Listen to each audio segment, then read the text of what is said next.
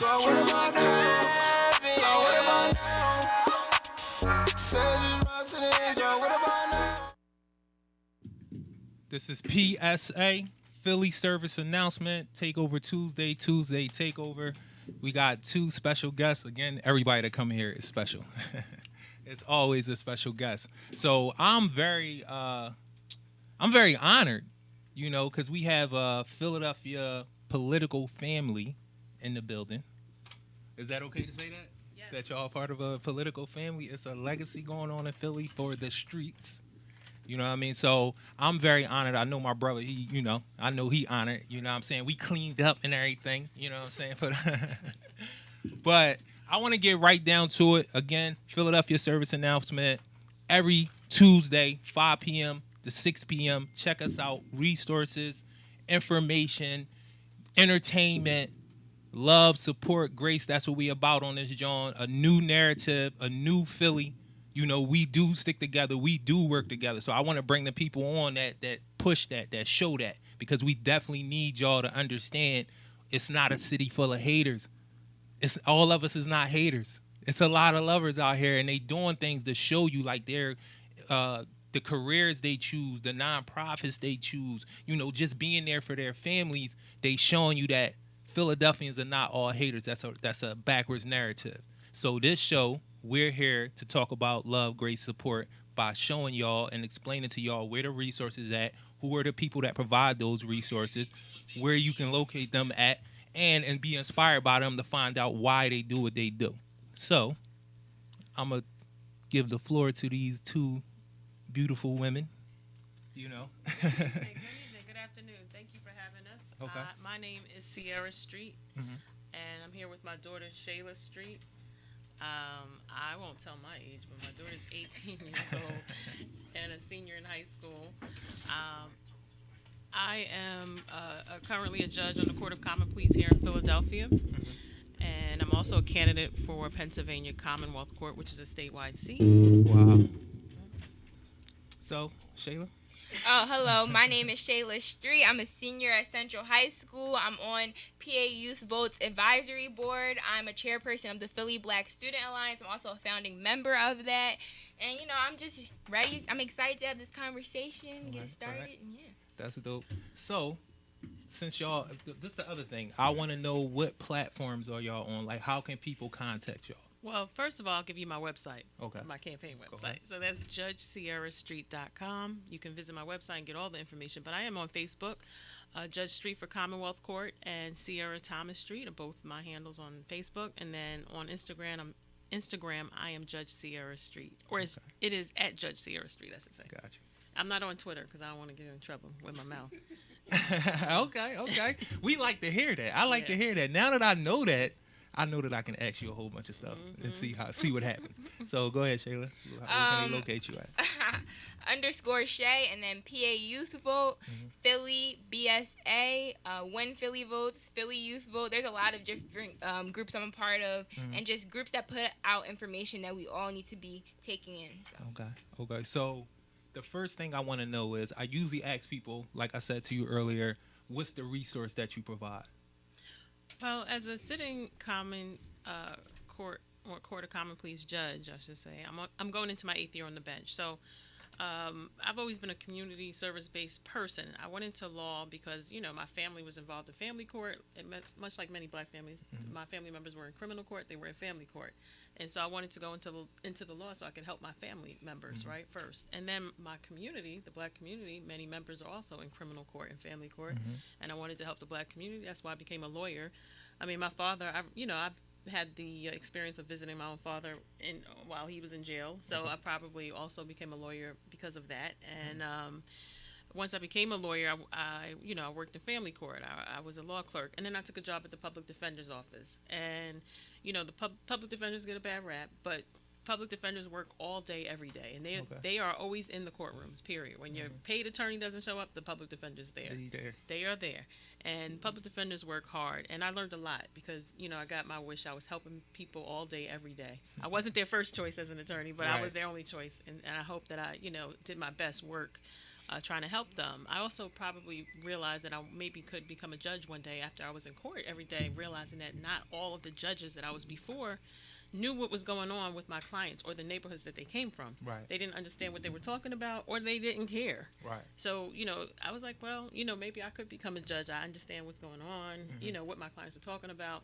And, there's a void here, that needs to be filled. And so I didn't run right away, but I took a job at a nonprofit next in affordable housing. So I helped moderate to low income families and formerly homeless families get housing. And so, I've always done public interest law and community service. And even as a judge for the past 8 years, I was assigned to the criminal division. I started a reentry program while there because, people, when you let them out, they're going to be out in the community, the same community I live in, the same community you live in, right? And so people have to, you want people to do well. I want people to do well. Right.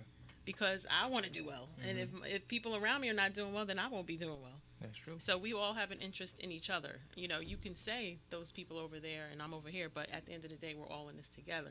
Definitely. And so I was also elected to be chair of Judicial Council, which is a group of judges of color across the state, but mostly regional. And I created a college mentoring program where we went into the local high schools to mentor high school students who were, trying to get to college. We told them how we got to college, and we helped them fill out applications. And we were at Martin Luther King High School in Bartram, in South Philadelphia, Ben Franklin, you name it, we were there. And some of our judges had sat in those same seats as those kids, right. Yes, in those same high school. Yes.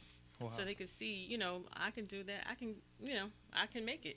Exactly. And so my resource is staying close to the community, trying to serve the community. We certainly have a need. Definitely. And when you talk about public education and school funding, which is a major issue handled by the Commonwealth Court, which is what I'm running for now, the Commonwealth Court is such an important court, and that issue is so important because we can't, have our schools not be funded or our kids not be properly educated and then expect the community to thrive, right?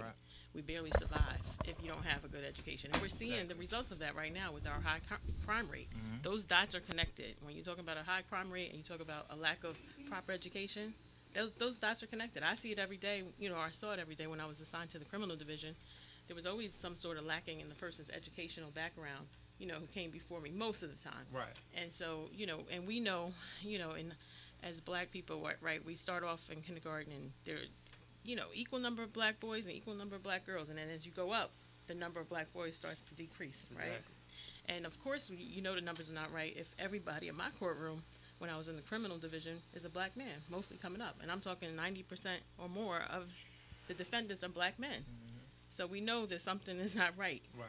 There is a pipeline from the schools to the prison. Yes, it is. Yes. It's a very true thing. The pipeline to prison is a real thing. The prison industrial complex. These are real things. These are not made up terms. These are not terms that we make up to say that we're being even more oppressed. It's statistics.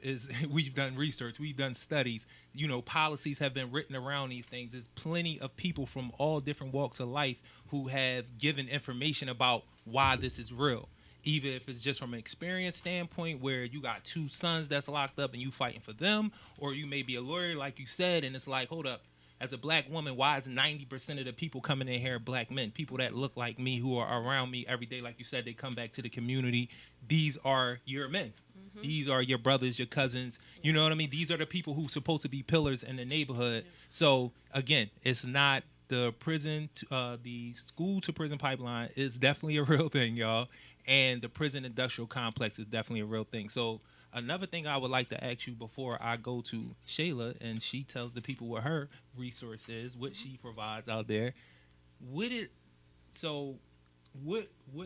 a common pleas judge right now. Correct. So what is your role? Like, what do you control? Like, give people an understanding, what do you do? Okay, so the Court of Common Pleas is basically the lowest court when you're talking about the United States Supreme Court, but then you go to the state courts. There's the Pennsylvania Supreme Court, then there's the appellate courts on the second level, and then the Court of Common Pleas is the low level. Municipal court is right under there because all the cases start in municipal court. There's a preliminary hearing that happens, and if there's a felony, then it comes up to my level, which is on the Court of Common Pleas on the criminal side. If there's a lawsuit where you're suing somebody for money over a certain amount, then it goes to the Court of Common Pleas on the civil side. If you're, in family court for domestic relations, then that's Court of Common Pleas in the family court. And if you have a child, who's in trouble or who has issues with dependency, that's also in the Court of Common Pleas in family court. Okay. And so what I do every day, now I'm assigned to the civil division, I handle trials. So that might be a bench trial. If in the criminal division, if you waive your right to a jury, then the judge will hear it. Otherwise, everybody has a constitutional right to a jury trial, right? If they're being charged with felonies. On the civil side, a judge can hear your matter, or you can also opt for a jury trial. I'm also hearing statutory appeals involving government entities. So when you talk about L&I and different government entities where people are appealing their decisions on a lower level at an administrative agency or what have you, it comes to me, and then it will come to the Court of Common Pleas, and then it may end up in the Commonwealth Court as well. So every day, I'm making decisions that affect people's lives, basically. Right. That's what judges do. So the reason why I asked that, and I want you, again, before Shayla gets her opportunity, I want you to explain what you're running for, what that job entails.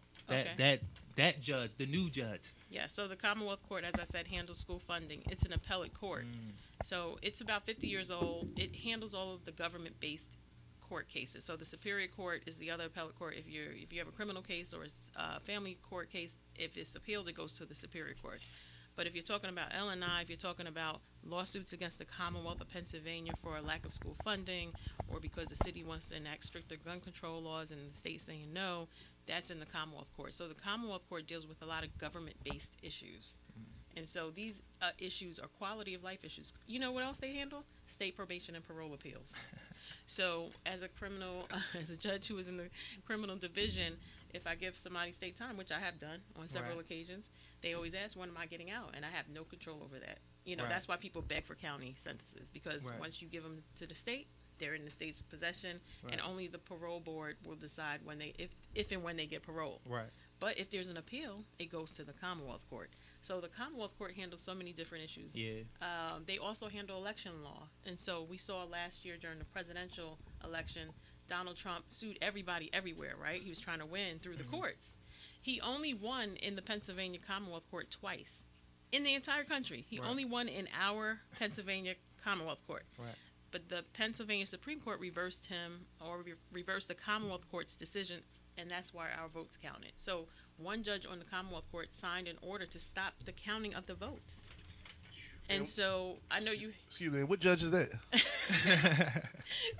We need names. We need names. Judge, do you know the name? It was Judge Patricia McAuliffe, I believe it was that Patricia McCall. Remember McAuliffe. Patricia McCullough. Remember that name? She's a Republican, so you probably I kind of, Figure that much. So you brought up Trump, and I was going to say this later, but since you brought it up, he did a lot of crazy stuff that we watched, and we got caught into the entertainment of it, the foolishness of it.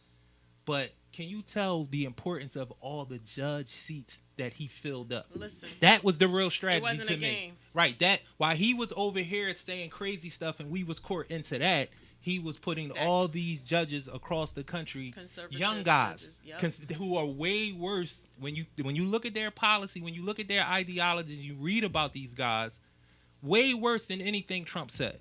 So just think about that. Not only are they conservative, they're young, just like you said, which means that they don't have life experience, which means that they can't tell if they're right or wrong. They have an ideology that's conservative and extreme, and they haven't lived enough life to know if they're right or wrong. So they're loud and wrong. Right. You know what I mean? Because they think they know it, but they don't. Because how can you know? And the other side of that is, you can be in this seat for a long time. Yes.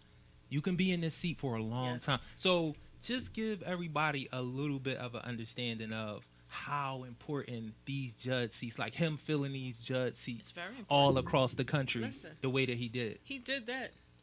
He did that. Y'all can say what y'all want to say about him, but he handled his business as far as those courts were concerned. Right. And he stacked those courts, and the Democrats have not done that.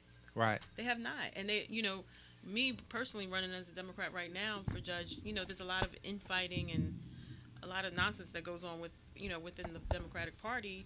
And, the Republicans were not like that. They were about their business. They stacked those courts. And they argued in the back room. It was period. It was done. Because there was so many Republicans who didn't agree with him at the beginning.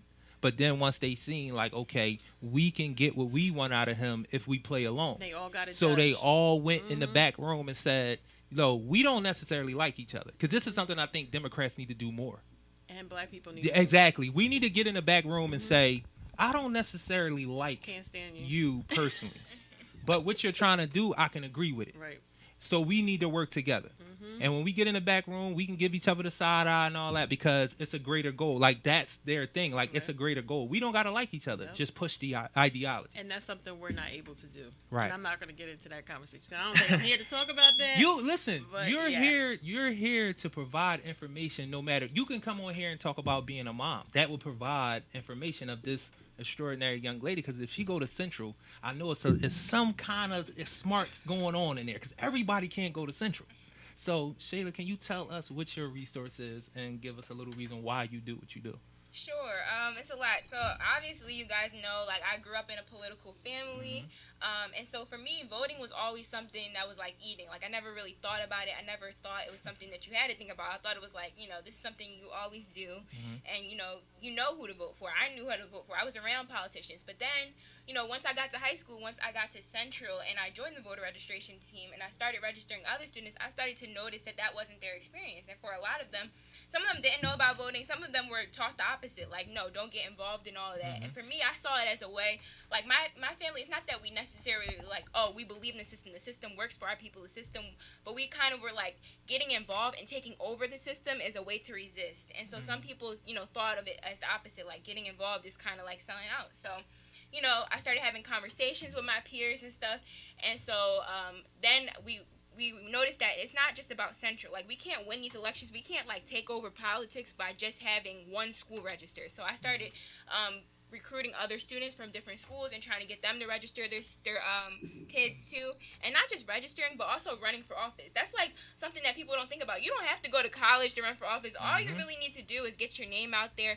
talk to people, do stuff on the streets, which a lot of our people already do but don't take advantage of the opportunity because, I don't know, they don't get involved. They're taught not to get involved. And so that's kind of the work that I do. And I'm part of PA Youth Vote, and so we try to inform the youth. We try to get the youth to run for office. We do advocacy. I testify a lot of the school board meetings because those are important. That's affecting my life, going back to school, having prom. Like, that's something that I advocated for. Now we're having outdoor prom. Okay. I'm also president of Central's National Honor Society. So I work to try to recruit more black and brown students because Central's black numbers are actually diminishing. Like, my class is about maybe like, I don't know, it's over 20% black, but the class coming behind me is like 13%. And our city, we have like 40% black.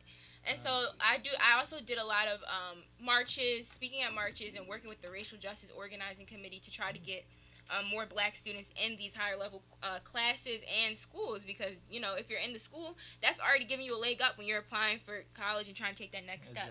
So right now I'm working with tutoring Wagner middle school students, which is right over here, and trying to get more of them to come to Central because normally we only have like one kid from their whole school who gets admitted. So that's the work I'm doing, and so I do tutoring, I do voter registration. Also, the Philly Black Student Alliance, we unite black students across the district. So we have black parents, black students, black alumni, black teachers, all uniting. Because like y'all said, we have to be in the back room and dealing with our issues. And, being a part of Philly Black Student Alliance, I became a lot closer to black teachers who before, I didn't like or I didn't understand because I didn't understand their frustration because black teachers go through it. And so, it's a lot of disconnect. And so, and Philly BSA, we're able to connect after school and be like, all right, this is what's going on. This is how we're going to strategize to work together for black students and teachers. And also, we try to make sure that the group is not just about, like, fighting racism because black people shouldn't have to unite just for that. Like, it shouldn't just always be about trauma, but we also try to do Black Joy. Like, we have African Dance Night. Tonight we have Mental Health Night because obviously that's connected to a lot of the violence we see because people have things going on and they can't get it out. So, we try to provide a space for black students to just come and let it out. So, what I realized just now is Shayla needs to come back on the show because what she does might be slightly more, I'm not going to say it. No, you can She say did it. it. It's more important. And I should just let her run for me, too. I was going to say that to begin with. I should Right. let her run. Cause I seen you sitting over there like a proud mom, like, look at my baby. She just got all of this going on. That's my child. Like, I seen you. I'm hoping we got tissue around. Cause I don't want her to start crying or nothing. But yo, man, I know how I look at my daughter. You know what I mean? And full disclosure, I did 20 years in prison. My daughter is 23 years old. So when I was in prison, the thing that I told myself is, I asked myself, like, how can you become a resource? Because you don't got no money for real to send. Your presence is not there. So I started reading. And I started reading a lot. I started sleeping with books. You know, I like to say all the time, I got a very intimate relationship with books. But the books that I read the most of was about us, about black folk. And another thing that I talk about a lot is identity. One of the reasons why I was able to realize where I went wrong at and know what to change is because I became a part of something once I read these books. It let me know what my potential was. It let me know why I made some of the decisions that I made, how things were set up around me, and what ownership that I have to take now that I know that these things were set up around me. Because a lot of our brothers and sisters, they don't get an opportunity to know that it's a system around you working against you, and it's creating things that you think are your real ideas and thoughts and who you are and all that, and it's not true.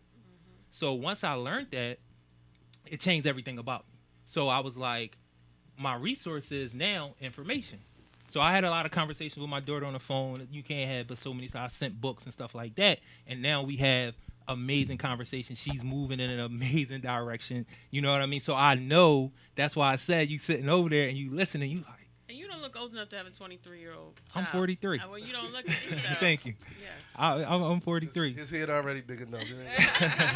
It's genetics, man. My dad did this. You know what I'm saying? So no. But anyway, y'all, you are dope. You know what I'm saying? Like, you are really dope, and I appreciate your parents for giving you a lot of this information, because it's like you said, your experience was different than other people, and I love the fact that you looked at it and said, no, you know what? I'm not going to look down on anybody. I'm not going to think, well, how your people ain't do this, or how your mom ain't teach you that. Your approach was, oh, y'all need to be informed like I'm informed, because if I know these things, y'all can know these things. If I can move like this, y'all can move like this. Right. And yo, that's so dope to me, because you 18. You don't have to care. Seriously. No, I'm saying you have a certain, me and my brother was talking about privilege. So your mom, you know, y'all being a part of the family that y'all are part of, you have a certain amount of privilege. Now, we ain't going to get too hyped with it, because you're still a black woman in America. The most unprotected group of people in America. And I'm saying that as a black man, because me and my brothers and other brothers, we trying to inform them to allow them to know, when sisters see us that don't know us, they shouldn't be scared, but I understand why they are. And I've heard it from too many sisters, and I know these brothers, you can ask a sister, if you see a random black man, do you get fearful? And it hurts my feeling when they say, yeah, but I get it. Everybody I understand. does. Other black men do too. Exactly. Me and my daughter had that conversation. You know what I'm saying? Me and my daughter had that conversation. Like, the fear is a different type of fear, but it's still there.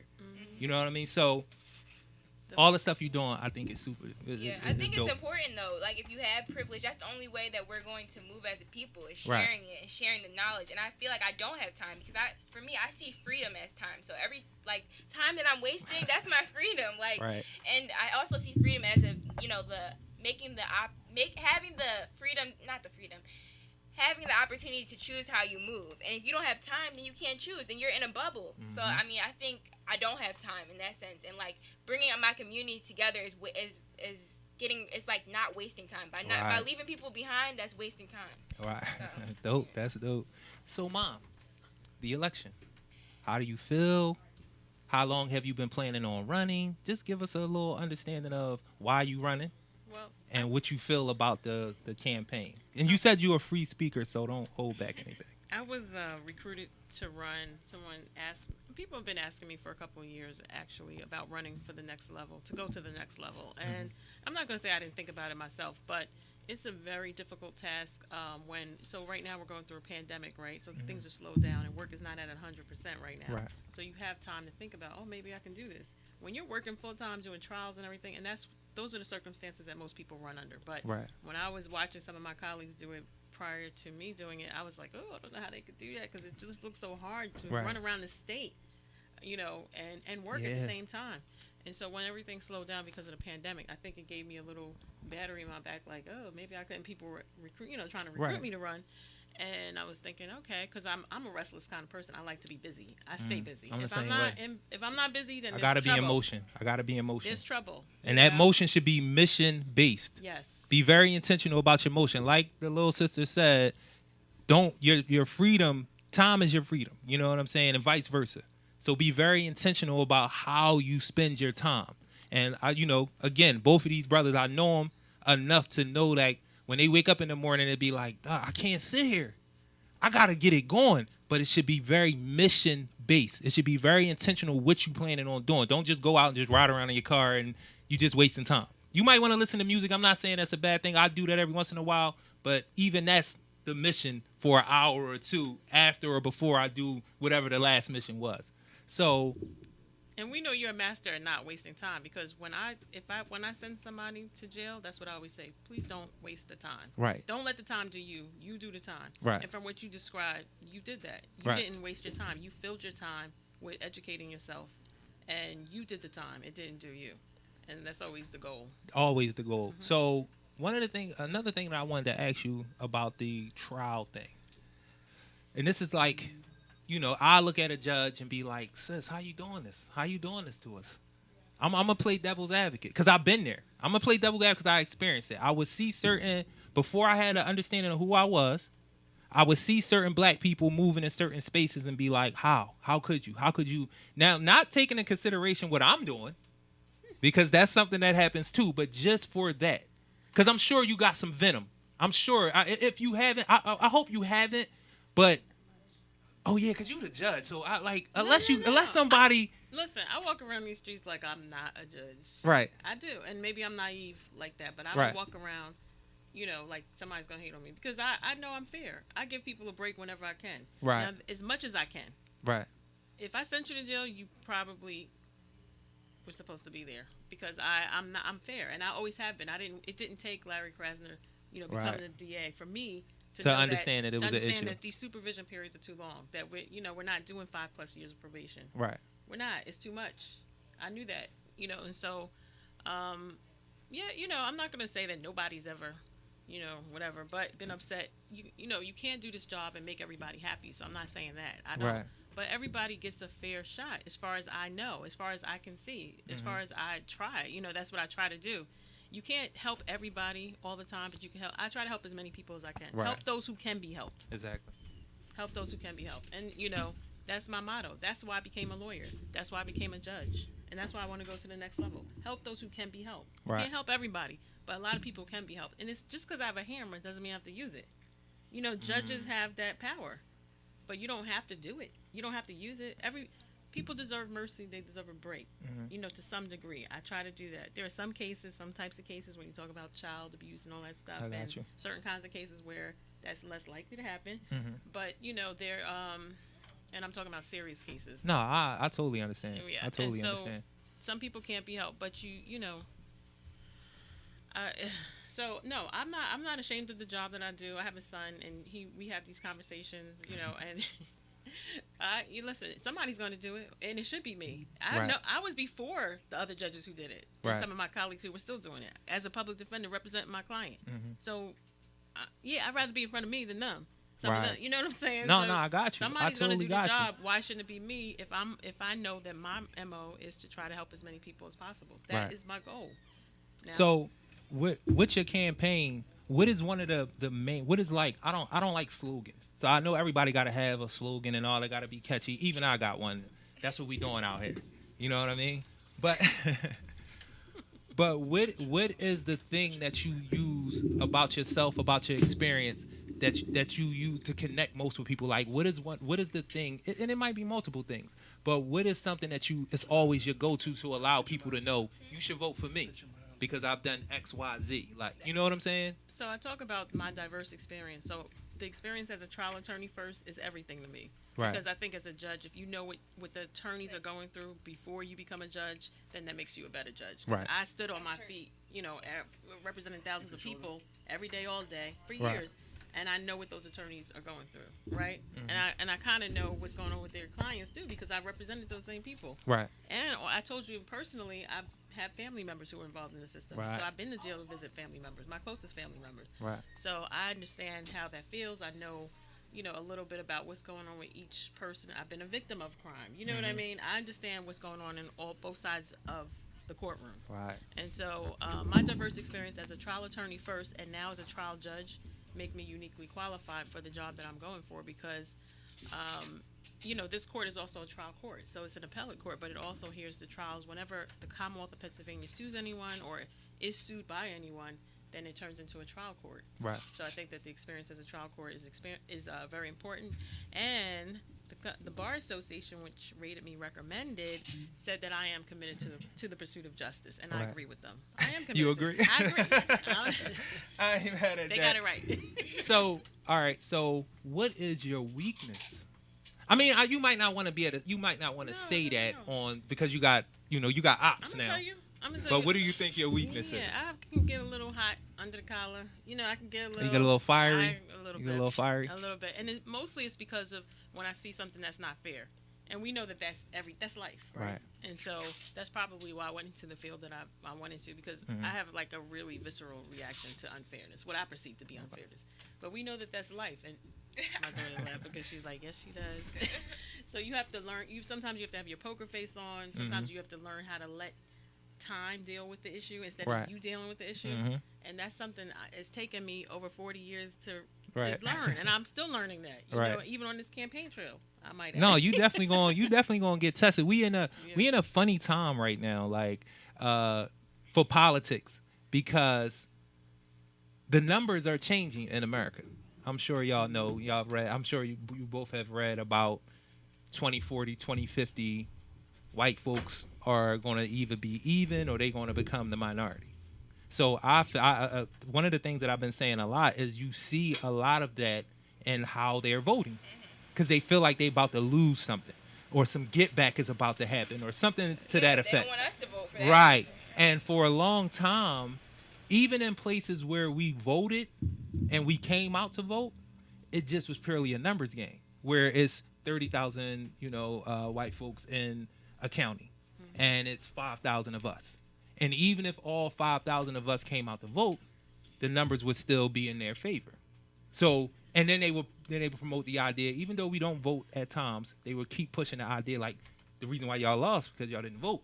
And it's like, no, we need to get the numbers out there because we had voted. But now you starting to see where our numbers are changing votes. It's changing, it's changing elections. So what do you know about that? And what let me do say you this go ahead? before I forget. The Commonwealth Court, so you're a formerly incarcerated person. The Commonwealth Court is the court that restored convicted felons' right to vote. So you have the right to vote. Yes, because of I the voted Commonwealth when Court. I first came home. Only because the Commonwealth Court restored that right back in 2000 when the last black judge who was on the bench is part of that decision, Judge Doris Smith Ribner, who worked with Malik Aziz, the late Malik Aziz, and he was part of that whole push to get formerly incarcerated individuals the right to vote back. Right. And So what I want to make to that point, because I like to reiterate that, because I'm still having brothers that's coming home and asking me that question because they don't know. If you are free, if you come home, the day you come home, you're able to vote. And you can vote in jail too, not if you're convicted, but if you're waiting for trial. So in the county. So if you down in county, your vote can still count until you get convicted. Hopefully you don't get convicted. Hopefully you didn't do it. I hope you didn't do it. Because that works for all of us if you just really didn't do it. But you can vote as long as you haven't been convicted yet down in county. A lot of guys don't know that. And once you come home, the first day you come, if the election is the day you come home, you got to register and all that, but you probably can get people. Okay, so you probably can get people to get the information for you because you can register in prison. Yep. All people got to do is send you the I used to go information. into the jails and register people to vote, and I did. Before I became a public defender, I volunteered with Project Home, Vote for Homes Coalition, that also helps the homeless population, but we also went into the jails and registered people to vote. Yep. Listen, I didn't know anything about her before this, but I will vote for her now. Oh, Seriously. Now I'm still gonna go do. I need all y'all to vote for I'm me. still gonna go do some research because we got to do more research. Yes, dude, go But ahead. by meeting her daughter, by meeting Shayla, she needs to come back. Well, not she needs because it's our show, so she will be back. And maybe you can bring I'll whoever, bring some the people squad, that you yeah. work. Exactly. So Oh, you gotta meet her. Yeah, her crew. yeah, we're gonna do that. We're gonna get the information down, and she will be back because I need you to inspire more. Because if they see you, they know what's going on. And you, like I said, the beautiful thing about I listened to everything you said, and it was all on point. But the beautiful thing about what you said that connected with me was, I got this privilege and went and shared it. I didn't feel like it put me in no special place. I don't even hear it in you because you could hear certain things that people say that allow you to know that they think that and they'll keep saying, no, what? But there's certain things, when you listen in a conversation, people, oh, she thinks she's better than everybody. Like, she has this privilege, and I didn't hear that at all. Like, not even a little bit. One last question. When is the election? Thank you. May 18th. But people are voting right now by mail. But May 18th is election day. And you gotta register to vote by Monday. Yeah. May 3rd. May 3rd, yeah. And Register to vote please- by May 3rd, and the election is May 18th. Let me make this last point about this election. It's so important, and this is the one that we do sit out. I'm sorry to say, we sit out this election because we don't want nothing to do with no courts, no judge. But we are the ones in court, And the right? district Dealing with the judge attorney. and the district attorney. And this, people will vote for the president. Fantastic. But who decided who the president was? It was the courts. Right. Yeah. So you need to vote for the judges right now because we Get- make all the decisions. It's two things, and I'm going to let them get out because the commissioner has to come in. And I learned something. Because she's running for office, the commissioner runs the election. So I thought that I was going to have a show with all three of y'all on here, and we can kind of talk about the fact that you're running. We can learn all the amazing things that we learned about this young lady, and he can talk about voting. But he called me and said, yo, we can't be in a room together. It's an ethics violation. And I was like, that's crazy. Like, I kind of thought it, but I wasn't sure, and then he told me. So that's something we just learned, and we're making sure that it's done right on this show. There's no secret. Matter of fact, we gonna make her go out this door. He's gonna. Nah, I'm just messing around. But I'm yo, gonna leave all my stuff here. I was just going to say thank you very much for coming. It was a pleasure. Greatly meeting you. appreciate it. Thank you for having me, guys. I really appreciate And it. I definitely want you back on. And we're gonna have to get you in the squad up here because we definitely want. I'm gonna try to do it before we vote. Before we vote on the 18th, y'all said. Yes. Okay, and then after you win, Okay. you can come back on the show. Can we have And- a victory show? Yes. Yeah, yes. you. Victory show. You can come back on the show and make sure you speak highly of me so I can get my I'm pardon. already speaking highly So of- I can get my yes. pardon, yes. Yes, do that. We're going to talk about that too. I'm involved in all that too. But she's coming back to make sure that I get a pardon, y'all. So that's how we going ushering them out the segment. And I want to say how proud I am of you. I don't want to sound condescending like I'm on, but I'm very Nah, proud nah, of you, all of you. And I listen.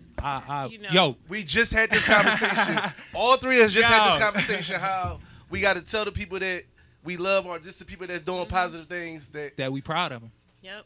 and we just having it. And and listen, I don't want to because I want the commissioner to be able to really explain to everybody why it's important to vote. But my thing to that is grace, support, and love. I was showed an amazing amount of that when I came home, and that's why I'm sitting here talking to the future Judge Sierra Street. and Commonwealth her judge. and her amazing daughter who will probably be at some rallies with me and stuff like that On soon Sunday, we this have summer. one. Okay. Yeah, with, educators and students, we're gonna be marching from City Hall to 440. So yeah. if Oh, that sounds like a workout. I'm always up for a workout. So, yo, we really, really, really, really appreciate you taking the time to come. We really appreciate you. Both of y'all will be coming back. Thank you, thank you, thank you, thank you to both of y'all No, queens. thank you. Thank you. It's awesome. Yep.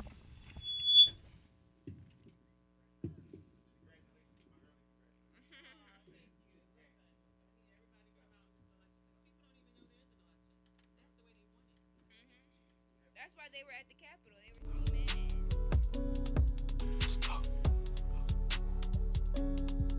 were saying, man. Hit him 30, got away with it with no house arrest and no bracelet. Murdered it and got away with it with no house arrest and no bracelet. I killed the nigga, got away with it with no house arrest and no bracelet. Got away with it with no house arrest and no bracelet. Did him 30, got away with it with no house arrest and no bracelet. Murdered it and got away with it with no house arrest and no bracelet. I killed the op, but got away with it with no house arrest and no bracelet. I got away with it with no house arrest and no bracelet. Be a video game, you be a stage boss. All my hoes keep their legs crossed. I'll poke your fucking eyes out. I tear your fucking leg off. You gotta feel it first like Ray Charles. Damn, babe, I know them cakes off. Her boyfriend was at the Super 8. But we was over at the A-Loft. I keep an A1 by steak sauce. Out of space like the Great Wall. I owe you one, I hit a home run because there's no crying in baseball. I wish I could sing it like Nate Dogg. Designer frames like Takeoff. Your auntie came to get an 8-ball. She on YouTube more than Jake Paul. Uncomfortable when I gain weight, but get more active from weight loss. False flag, that's a late call. We don't go, we never say pause. Shoot the kill like Kyrie. Gon' pass the ball like JR. I'm way realer than they are. Free Rex, free AR, yeah. Did them dirty. All right, so I'm in here by myself. I wish my sister Nick was here, the queen, but again, she got to do queen stuff, so sometimes she can't be here. Last week we talked about intersectionality. Intersectionality. Look it up if you never heard the word before, if you don't know what it means. Intersectionality. So my sister, and we got another. Thanks for having me, bro.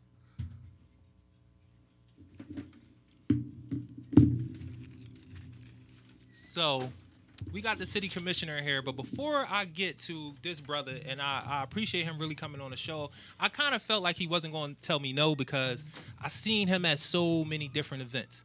Large events, small events, stuff that I didn't expect to see him at. And that made me like look at the brother differently. Not that, necessarily what I think matters, but I just was like, damn, he really comes out. And I appreciate that, like seriously. So before I start letting him explain everything to y'all about voting, what he does, why it's important, what the time frames is, when we got to get out, what we got to do, again, I want to talk about intersectionality. I'm going to read off 5 sisters' names. So what this is my sister Nick, co-host, she seen a TED Talk. She put it on her Facebook. I seen it. And I was like, she wasn't even doing it to put it on a show. It's just that she's a black woman and it touched her in that way. So what the TED Talk was talking about was, again, intersectionality. Why is it that we don't hear about the black women and women in general who are killed by the police? And she said that watching this TED Talk brought her to tears because they were naming all of these women and she's a black woman and she didn't know who any of them were. So I told her, I said, sis, we need to talk about that on the show. So she came and she did her thing. She explained everything, explained what it was, what the TED Talk was about, how she felt about it. So like I said, I'm going to read off 5 names, and then I'm going to tell y'all about the sister who started the Say Her Name campaign. It was a sister, 50 years old, Phoenix. She got killed 2014. So let me read all 5 names first. So it's India Betty. India Cougar or Kager. I'm sure y'all don't know who these women are. And I have no idea. I've never heard of them. I've never seen them on the news and none of that. It's Janice Fonville, Jessica Williams, and Joyce Cornell. We have to say their names. We have to. So I'm going to read a little bit about the sister, unfortunately, who was killed by the police that started the whole campaign of Say Her Name. And this is right here. So there's not a lot of data on police-involved deaths of black women. No national registry exists, but the Washington Post has noted nearly 250 women, including 48 black women, have been shot and killed by police since the newspaper began tracking police-involved shootings in 2015. It was the death of 50-year-old Michelle Cuzaux. It's Cusseaux. I'm sure I pronounced it right. So I'm going to spell it again. Her name is Michelle Cusseaux. She was murdered by police in 2014, not long after the police shooting of Brown in Ferguson, Missouri. That drew the attention of the African American Policy Reform. Police in Phoenix were sent to Michelle's house for a mental wellness check. She answered the door while holding a hammer in one hand. Police shot her through the heart. Her mother, Fran Garrett, marched with her daughter's casket through downtown Phoenix weeks after the deaths, calling for the outside agency to investigate the shooting. This was the catalyst for the Say Her Name campaign. I didn't even know who she was when I read about this. I never heard about it because, again, like they said, Mike Brown had got killed, and that dominated the news. And this was one of those things that I feel like, and a lot of people agree with me, could have been prevented. You were called for a mental health check-in just to make sure that she was fine. How did she end up dead? So, again, say her name. We will be doing this every week because we need to allow our sisters to know that we here for them. It's constantly being said that black women are the most unprotected women in America. And we need to change that. As brothers, as sisters, as a community, we need to change that. Sisters should not see me or my brother right here and feel fearful. And I know it's a long history behind it, but we need to start changing that narrative like we trying to change a bunch of other narratives. So say her name. Every week we're going to be doing this. I need y'all to get involved. Intersectionality. It's not just a thing that's about police violence either. So intersectionality, y'all, look it up, get into it. It's another thing that we need to learn to help treat our trauma, to help us move forward. We need to know these things. So with that being said, I'm going to move on to this brother who I greatly appreciate him coming through, but I didn't have no doubt that he would, to be honest with y'all, because I see him in so many places. And as soon as I asked him, he was like, sure, just let me know a time. You know what I mean? Talk to my guy. And his guy got back with me, and I appreciate you for that, man. So, City Commissioner, give him the game. Hey, man. First of all, thanks for having me. No doubt, man. We appreciate it. It's always a pleasure coming up here. And, y'all pay me. I work for you.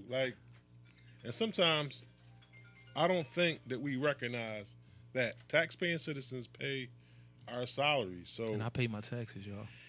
If you make the request, we got to come up. And if you ever in a situation where you keep asking an elected official, and that's from city commissioner to the mayor to the governor to anybody, man, if they not responsive to what what you got going on in your community, then why do you keep them here?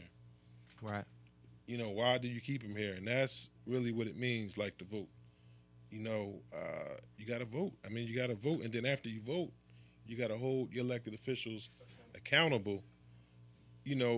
For what they promised, and what they supposed to be doing.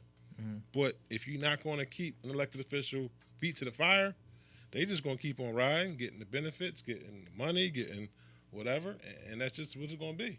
Mm. So I told everybody that it was something that I didn't necessarily understand. I had an idea, but I'm thinking just great content for the show. This would be dope to have the city commissioner on with the judge and her daughter. And then Dev, one of his staff members, called me and was like, yo, they can't be in there at the same time. And in my head, I'm like, it's an ethics violation. And he told me that's what it was. So just so people can have a little more information. It's not necessarily about voting, but just explain to me what the ethics violation, how that works. Okay, so basically, I'm the city commissioner. Right. So I handle all the election functions in Philadelphia County. Mm. So it's me and two colleagues. We have 3-member bipartisan board of elected officials, but we handle all the elections. So the judge, she's a candidate. Right. So it's like, you know what I mean? Like, you don't want to be like that you're there supporting another candidate. Right. You know what I mean? Because somebody can look at it and say, you know what I mean? And we done had a lot of lawsuits from President Trump and all that. So we just try to run this is straight through, you try to be fair. We neutral, impartial. I know the judge. She's a good person, but we couldn't, you know what I mean? Do it at the same time. Right. No, I got you. Right. And I appreciated the fact that things changed right before the show was about to go down, and both of them were flexible and understanding and work with me, man. And that's another thing that you got to look at, because some people be like, oh, the time slot is what the time slot is. We can't be there. We out of here. And that's kind of like what he's saying, as far as if you can't actually elected officials to come through the grassroots stuff that people they need to see you. They need to know that somebody working for them. If they can't do that, then why y'all keep them in office? So I really appreciate the judge for being flexible with her time, and I appreciate you for being flexible with your time. So the first thing I wanted, why do you think vote? I know you do what you do, right? But why? It's a question in our community. Right. Does voting work? And I want to say that it's just a tactic. This is just my personal thing, just to kind of give you something to go off if you need it. I used to be one of those people voting like, why are we doing it? Like, you playing yourself. But then I start reading more and more about politics. So now I push the idea of local politics. Before you start thinking about national, even state, just think about your city. Because you can walk in a restaurant downtown and see your city council person and really confront them. You can go to their house, not to do no nut stuff, but go to their house. Like, listen, so-and-so what's going on in our community. You need to do something because we voted you in to do something. Right. So why? So I tell people it's a tactic. It's not the end-all, be-all. We need to be doing a little bit of everything. Right. But why do you tell people voting is important? So it's 2 reasons why you vote, man. It's real simple. I try to compress the whole message down, right? It's like the more you vote, the more you get. And what do you get? What's the more? You get resources and you get accountability from your elected officials. So your ballot behavior. Ballot behavior basically means do this area, right, go to the polls. And that is what dictates policy decisions. Policy decisions are, who get what resources for what school. How often do the trash get collected in this area?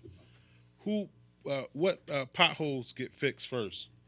When it's snowing outside, where do we send the sleds to come shovel the snow away and move the snow away? So it's from a higher level, but then even, like I say, a lower level. And so let's just say if you're a council person, and you got your district, 100, 200, 300 votes can make a whole election. Because these smaller elections, these local ones, a lot of people don't really participate. Right. So you figure out of 1 million voters, right, in a typical mayor race, you might only get 30% of people to come out. That's only out of 10 registered voters, only, 300. So only basically 300,000 people vote in a city of 1 million people, 1.5 million people. So they're making a decision. And it's these areas, when you look at the map, you'll see Chestnut Hill, you'll see Center City. They always come out at a higher rate. So in Philadelphia, where you got a majority-minority city, sometimes people wonder, how don't we have African-American mayor? How don't we have all these different things? But it's like, you don't come out to vote. Right. These elections, you're going to sit home. Right. And so, like, even in 2019, there wasn't no African Americans elected for the Court of Common Pleas or the municipal court. And, you might got 60, 70% African Americans that come through the judicial system. Right. So it's stuff that affects our life.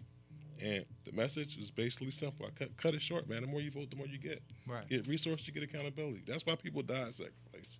A lot of times, we say people die in sacrifice, but we don't really get into the why they died, why was it so important, so they can have an input in their community. How do we get more people to come out to vote? How do we go about doing that?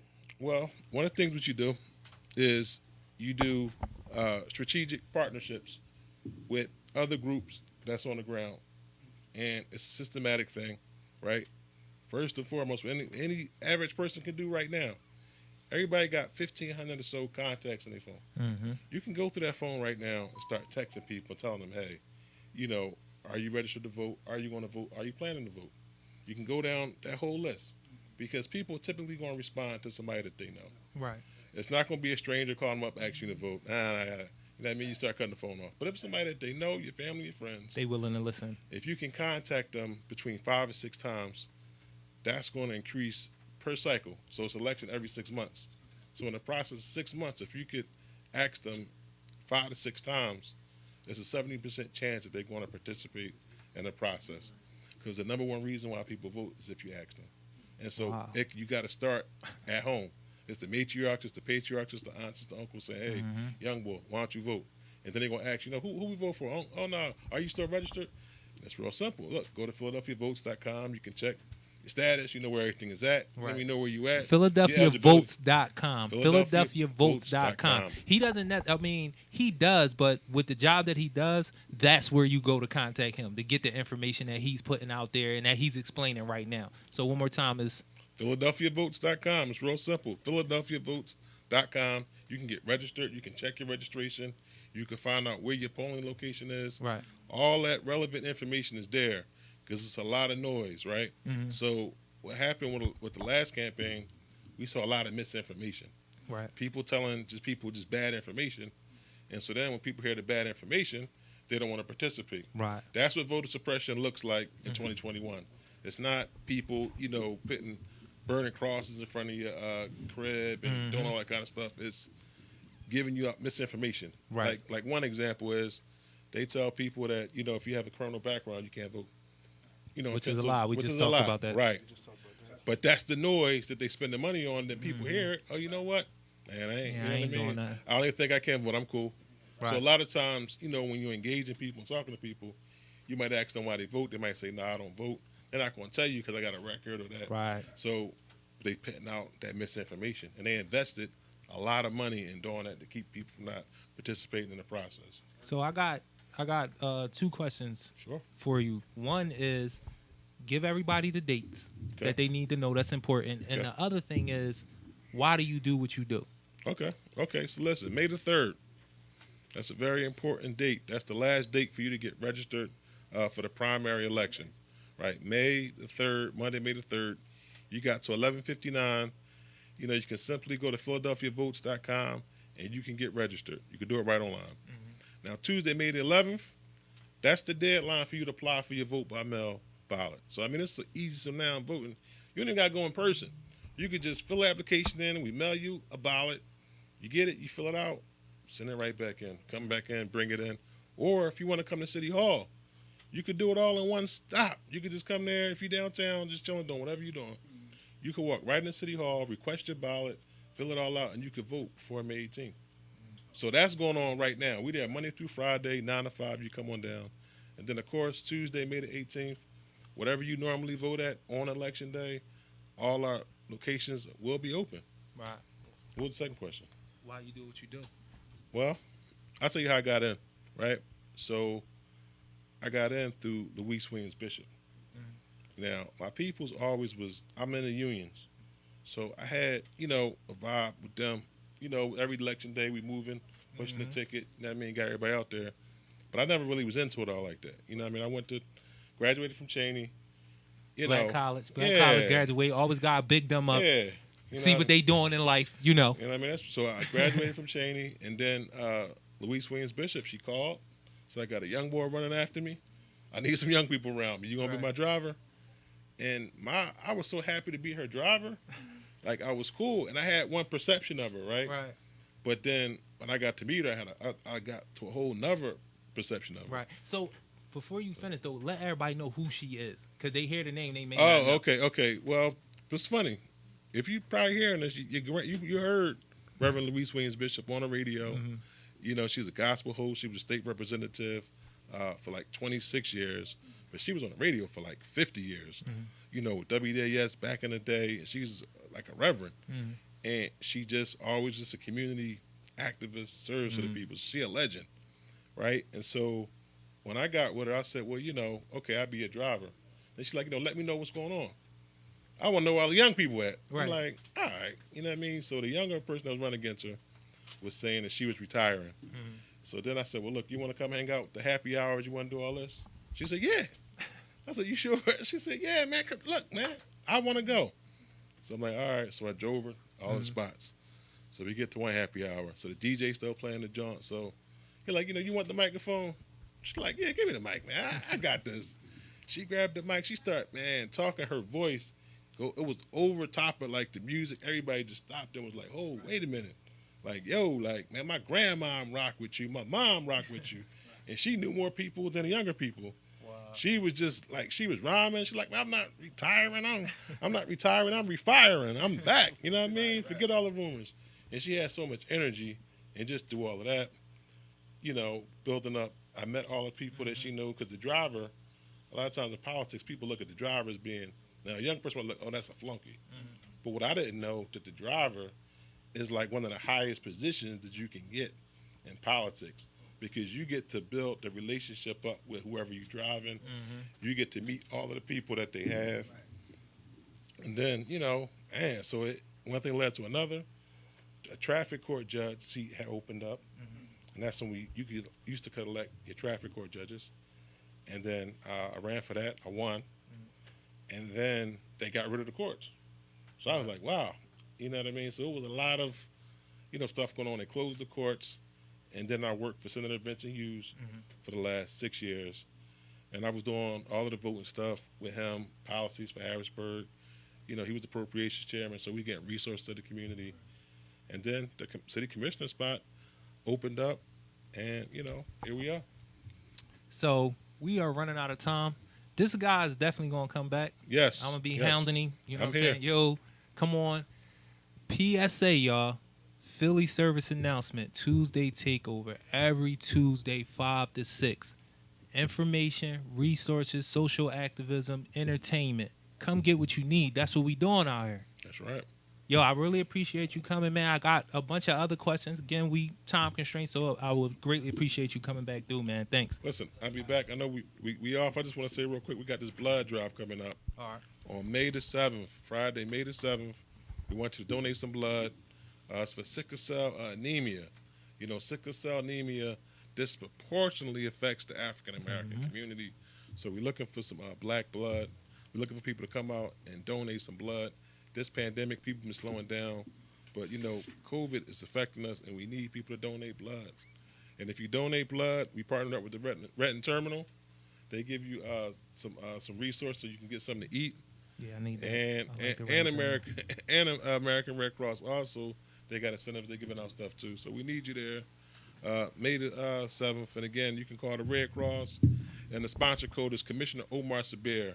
So you can go to redcrossblood.org. Sponsor code Commissioner Omar Sabir. Come on down. Yo, again, thank you, man. I Thank thank you your very team much. Yes. because these brothers are very instrumental. They work with people real. It's not a funny thing with them. It's like, yo, we got you. So, yo, I appreciate you, man. Anytime. Y'all know what it is. Hashtag chick with the juices.